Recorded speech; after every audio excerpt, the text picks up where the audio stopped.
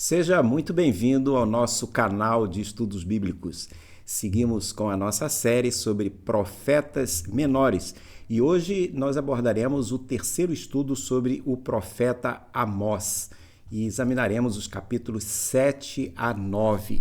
É importante você ter em mãos a sua Bíblia para juntos lermos algumas das passagens base do nosso estudo. Importante também nós orarmos a Deus para que Ele nos oriente. E eu convido você a fazer isso comigo nesse momento. Querido Deus, te agradecemos a oportunidade de estudarmos a Tua Palavra. Queremos te pedir que Tu nos orientes nesse estudo e que Tu nos ajudes a colocar em prática aquilo que viermos aprender. Em nome de Jesus, amém. Vamos então à nossa leitura que se encontra no livro de Amós, capítulo 7 a 9. Nós leremos apenas o trecho do capítulo 9, que é a parte final dessa profecia que Amós desenvolve no seu livro. É uma parte muito positiva, porque até então Amós estava sempre fazendo julgamentos sobre o final de Israel, dado que o povo de Israel, o reino do norte, de nome Israel, estava se afastando, já havia se afastado de Deus. Mas aqui nesse final é uma profecia positiva que contrasta com todo o anterior do livro de Amós. O texto sagrado fala sobre a restauração do Israel espiritual. E ele diz o seguinte, capítulo 9, verso 11 e 12. Naquele dia levantarei o tabernáculo caído de Davi. Vou reparar as suas brechas e levantá-lo das suas ruínas.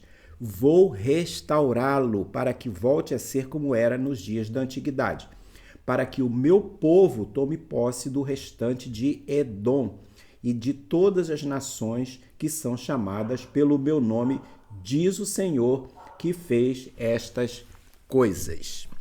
Nessa parte final do livro do profeta Amós, ele segue registrando visões recebidas do Senhor sobre o fim do reino do norte Israel. Além disso, ele descreve um incidente histórico ocorrido entre ele e o sacerdote de Betel, de nome Amazias. Vamos ver daqui a pouco, que é relatado no capítulo 7. De suas 5 últimas visões, as 2 primeiras repetem julgamentos, enquanto a terceira e a quarta ameaçam ou apontam para a derrubada do reino de Israel, que posteriormente seria conquistado pelos assírios.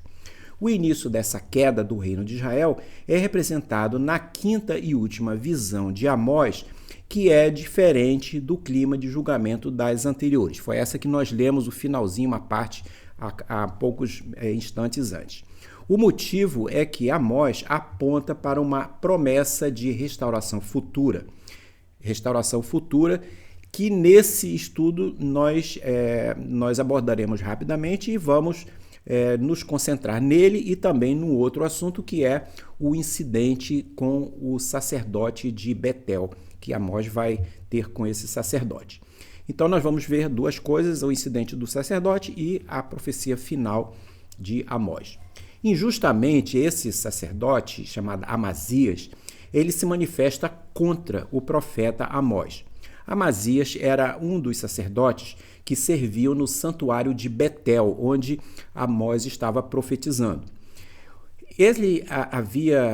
Amazias havia abandonado parcialmente o culto a Javé. Ele era sacerdote, tinha como obrigação cultuar a Javé, dirigir as cerimônias sobre isso, mas ele, além de cultuar a Javé, ele misturava o seu serviço, os seus cultos, com cultos pagãos ao deus cananeu Baal. Além de sua infidelidade ao Deus verdadeiro, ele achava, o Amazias, que Amós estava sendo antipatriótico no que estava profetizando. Usando o seu acesso, que Amazias possuía como sacerdote, ao rei Jeroboão II, ele envia uma mensagem a ele, ao rei, acusando Amós de conspirar contra o rei. Estaria esse sacerdote sendo correto ao fazer isso? Estaria ele sendo motivado por intenções patrióticas ou por sentimentos negativos de inveja contra Amós? Vimos em estudos anteriores que Amós era um pregador leigo e não um profeta de carreira. Além disso, ele não era de Betel, que ficava no Reino do Norte. Ele era de Tecoa, uma cidade que ficava no Reino do Sul, em Judá, perto de Jerusalém. Amazias questionava se Amós teria autoridade para estar profetizando contra o sacerdote de Betel, ele, Amazias, e também profetizando contra o rei e mesmo contra o povo de Israel. O sacerdote falsamente diz ao rei Jeroboão II que o profeta estava conspirando contra ele. O verso 11 diz que Amazias relatou que Amós estava dizendo que o rei morreria pela espada e que os israelitas definitivamente iriam para o exílio. Ao afirmar que Amós estava prevendo a morte de Jeroboão, o sacerdote estava incitando o rei a agir contra o profeta. Amazias considerava as profecias de Amós como palavras do próprio profeta e não como palavras de Deus proclamadas por meio dele, por meio de Amós. Para aquele sacerdote, o que o profeta proferia eram apenas ameaças e críticas ao que estava sendo praticado em Betel. Possivelmente com a intenção de depreciar as visões que Amós estava tendo, Amazias se refere ao profeta como um vidente. O sacerdote praticamente expulsa Amós da cidade de Betel, onde Amós estava profetizando. Ele diz para o profeta voltar para sua terra em Judá, onde deveria permanecer ganhando seu sustento. Ao dizer-lhe isso, o sacerdote estava insinuando que Amós precisava conseguir um emprego legítimo, em vez de ficar andando por Betel, supostamente vivendo de contribuições de sua função de profetizar. Amós, no capítulo 7, verso 13, relata Amazias dizendo a Amós para ele parar de profetizar em Betel. O sacerdote argumenta que ali era um dos santuários do rei, locais de culto, bem como uma das residências do rei, locais de morada do rei. Para Amazias, Amós havia se tornado um embaraço para o ambiente político e religioso do Reino do Norte. Ele reclama que Amós se mantinha proferindo mensagens de condenação contra Israel. No próximo quadro, uma pergunta. Qual foi a resposta de Amós às palavras de Amazias? Amós declara que ele não era profeta vindo de uma escola de profetas, mas cuidava do gado e colhia figos de sicômoros. No entanto, Amós dizendo, Deus o havia tirado de seu trabalho secular para profetizar ao povo de Israel em Betel, e era isso que ele estava fazendo, e continuaria a fazer isso até quando Deus o mandasse parar. Tudo indica que Amós tomava conta de grandes rebanhos e devia comercializar produtos dessa atividade agropastoril. Ele era o que chamamos hoje de pregador leigo. Amós parece ter tido uma respeitável fama em negócios agrícolas antes de sair de sua cidade em Judá para ir a Betel profetizar. Apesar de não ganhar a vida como profeta, ele estava sendo sustentado por Deus, o que não justificava a palavra agressiva de Amazias. O sacerdote de Betel o havia mandado voltar para sua terra para se ocupar. Comentaristas sugerem que o que prevalecia em Amós eram dons espirituais que Deus havia colocado sobre ele. Isso deveria se somar à sua experiência profissional como empreendedor ou profissional da agropecuária. Afirmam que o resultado do seu ministério é que os oráculos são tão poderosos e convincentes quanto qualquer outro oráculo de outros profetas no Antigo Testamento. A resposta dada por Amós a Amazias é muito forte. O sacerdote havia dito a Amós que ele deveria ir embora de Betel e deveria parar de profetizar contra Israel e contra o rei. Amós diz no capítulo 7, verso 17, dirigindo-se a Amazias: Pois bem, assim diz o Senhor, a sua mulher se prostituirá na cidade, e os seus filhos e as suas filhas cairão à espada. A sua terra será repartida a cordel, e você morrerá numa terra impura. e Israel certamente será levado cativo para fora da sua terra. Todas essas coisas acabariam acontecendo quando os assírios viessem destruir Israel. Tentar sufocar a palavra de Deus acabou sendo desastroso para Amazias. Isso é o que acontece hoje em certos casos, quando alguém tenta se contrapor às coisas de Deus, atravessando os caminhos dele. Amós termina sua mensagem anunciando com firmeza que Israel iria para o exílio, que era exatamente a mensagem que Amazias tentava negar. A coragem de Amós e sua disposição de ser instrumento fiel a Deus na proclamação da palavra certamente pode ser vista hoje como exemplo para pregadores leigos e crentes em geral. Vale observar que a lealdade de Amazias não era para Javé, mas para com o rei Jeroboão, que provavelmente o havia designado sacerdote em Betel. Por outro lado, a lealdade de Amós era lealdade para com Deus, que o havia chamado para profetizar contra Israel. Esse conflito entre Amazias e Amós era inevitável, pois suas lealdades estavam em lugares totalmente opostos. Se todos tivessem sido leais a Deus, o conflito entre o rei, o sacerdote e o profeta teria sido eliminado. Esse episódio nos ensina que, em caso de conflito entre o povo de Deus, a solução será buscar o discernimento, colocando a lealdade a Deus acima de qualquer pretensão pessoal. No próximo quadro, vemos algo sobre a restauração do reino davídico. Vimos que o profeta Amós exerceu seu ministério no Reino do Norte por volta de 760 a.C., durante o reinado do rei Jeroboão II. Após anunciar o juízo divino, o oráculo final encerra o livro com uma profecia de restauração, aquela que nós lemos há pouco. Em Amós, no capítulo 9, verso 11, nós lemos: "Naquele dia levantarei o tabernáculo caído de Davi. Vou reparar as suas brechas e levantá-lo das suas ruínas. Vou restaurá-lo para que volte a ser como era os dias da antiguidade." A expressão tabernáculo caído de Davi designa a dinastia davídica, que estava em ruínas, enquanto o verbo reparar carrega a conotação de renovação e esperança. A restauração inclui também o domínio sobre Edom e todas as nações, antecipando a inclusão universal de todos os povos no plano divino.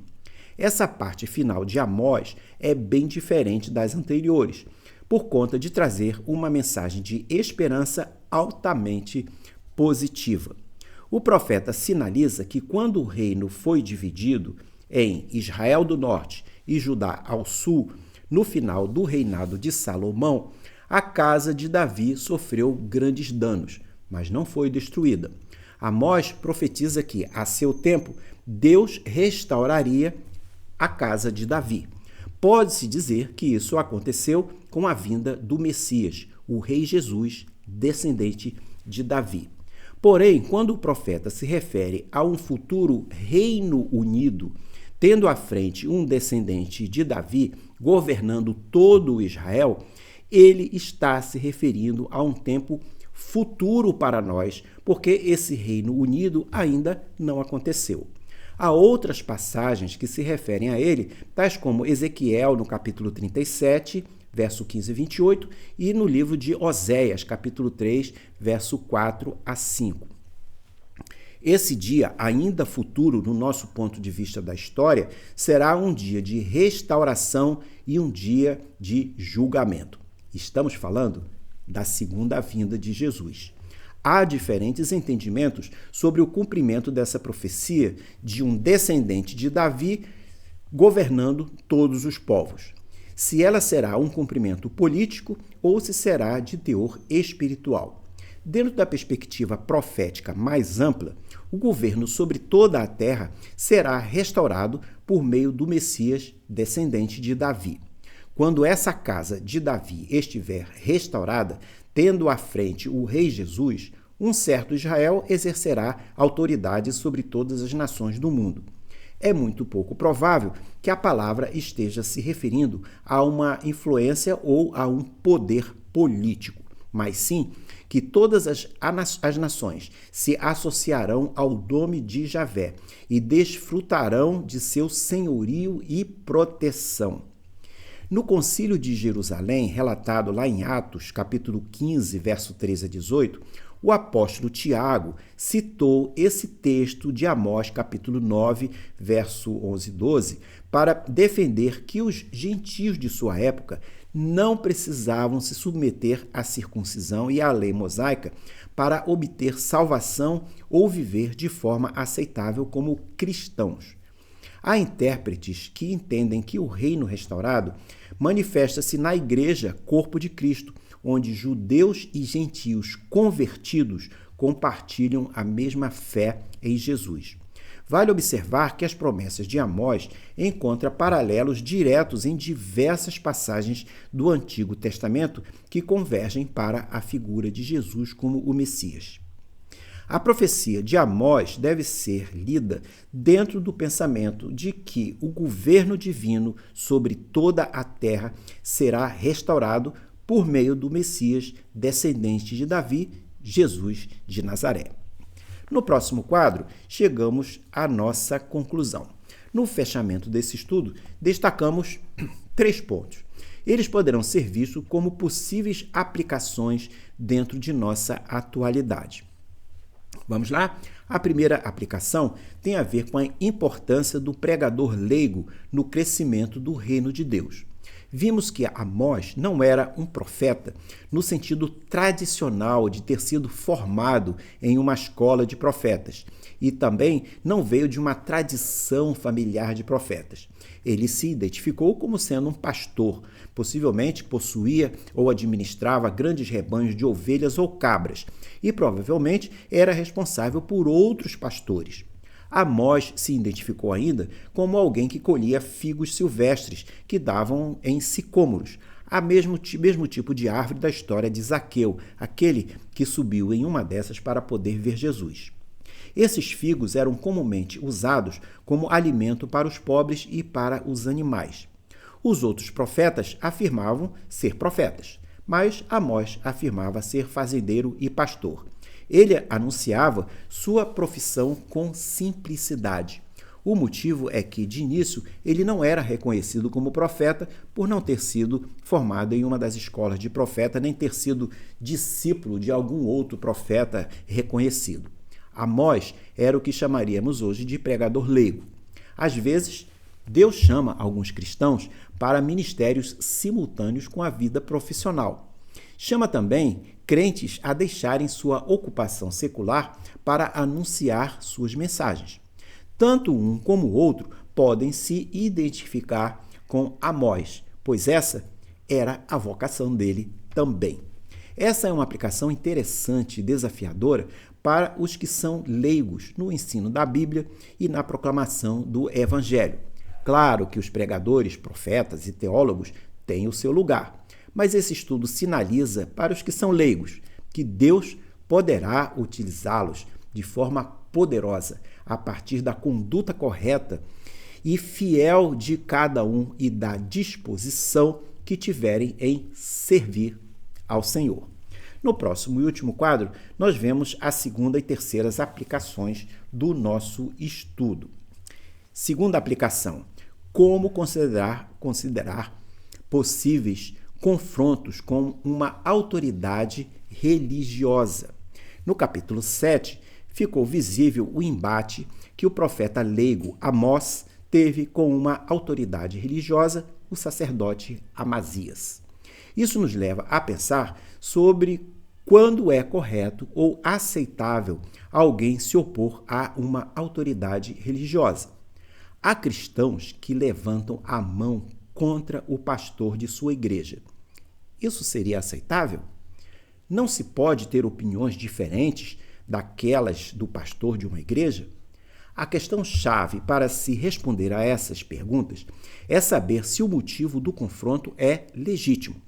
e também se a autoridade religiosa continua tendo autoridade concedida por Deus para aquela função. No caso de Amazias, ele era um sacerdote, mas andava longe dos caminhos do Senhor. Ele era infiel a Javé e promovia cultos pagãos aos deuses cananeus. Por outro lado, Amós era um autêntico profeta de Deus, e o ponto do confronto era exatamente Amazias negar a autoridade que Amós possuía. A derrota do sacerdote seria inevitável e até fatal. Quem levanta a mão para um homem de Deus que está no exercício do seu chamado por Deus não terá como resistir à justiça divina. Esse é um tema perigoso em suas possíveis consequências. Nos casos atuais, quando surge alguma diferença de opinião entre um membro da igreja e o pastor, um dos lados poderá estar errado. Deverá haver uma busca de entendimento, mas o crente não deverá levantar a mão contra o seu pastor. Se o pastor estiver errado, caberá ao Senhor que o chamou à tarefa de corrigi-lo. Se o pastor estiver errado e o crente estiver certo, o crente deverá respeitosamente apresentar seus argumentos. Além disso, deverá orar e esperar que Deus tome conta daquele assunto, dando sabedoria tanto para ele quanto para o pastor. Não foi o caso do sacerdote Amazias.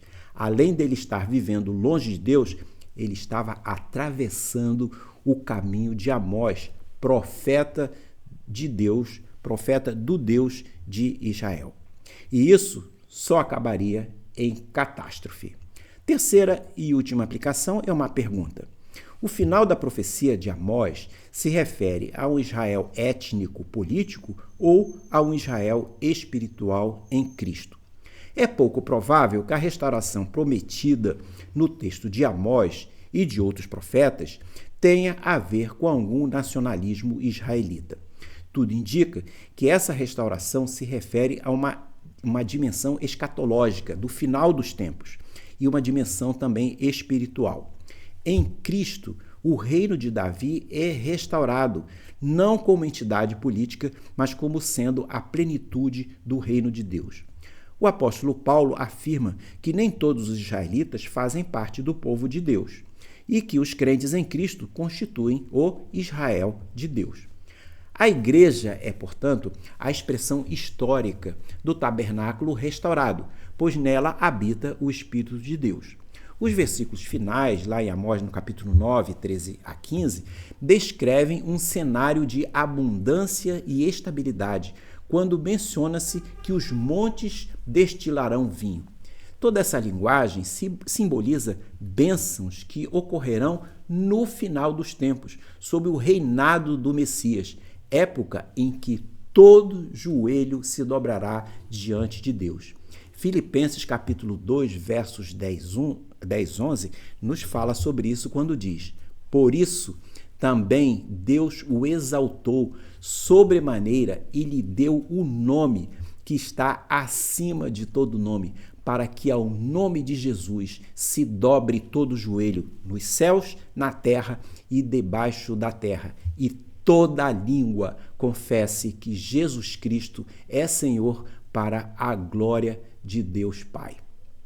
Fechamos então nossos estudos sobre Amós, continuamos a série sobre os profetas menores e no próximo quadro você vê o panorama e a sequência dos estudos que nós ainda desenvolveremos. Se você gostou desse estudo, fale dele para os seus amigos.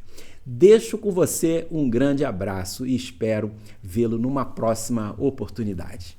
Até lá!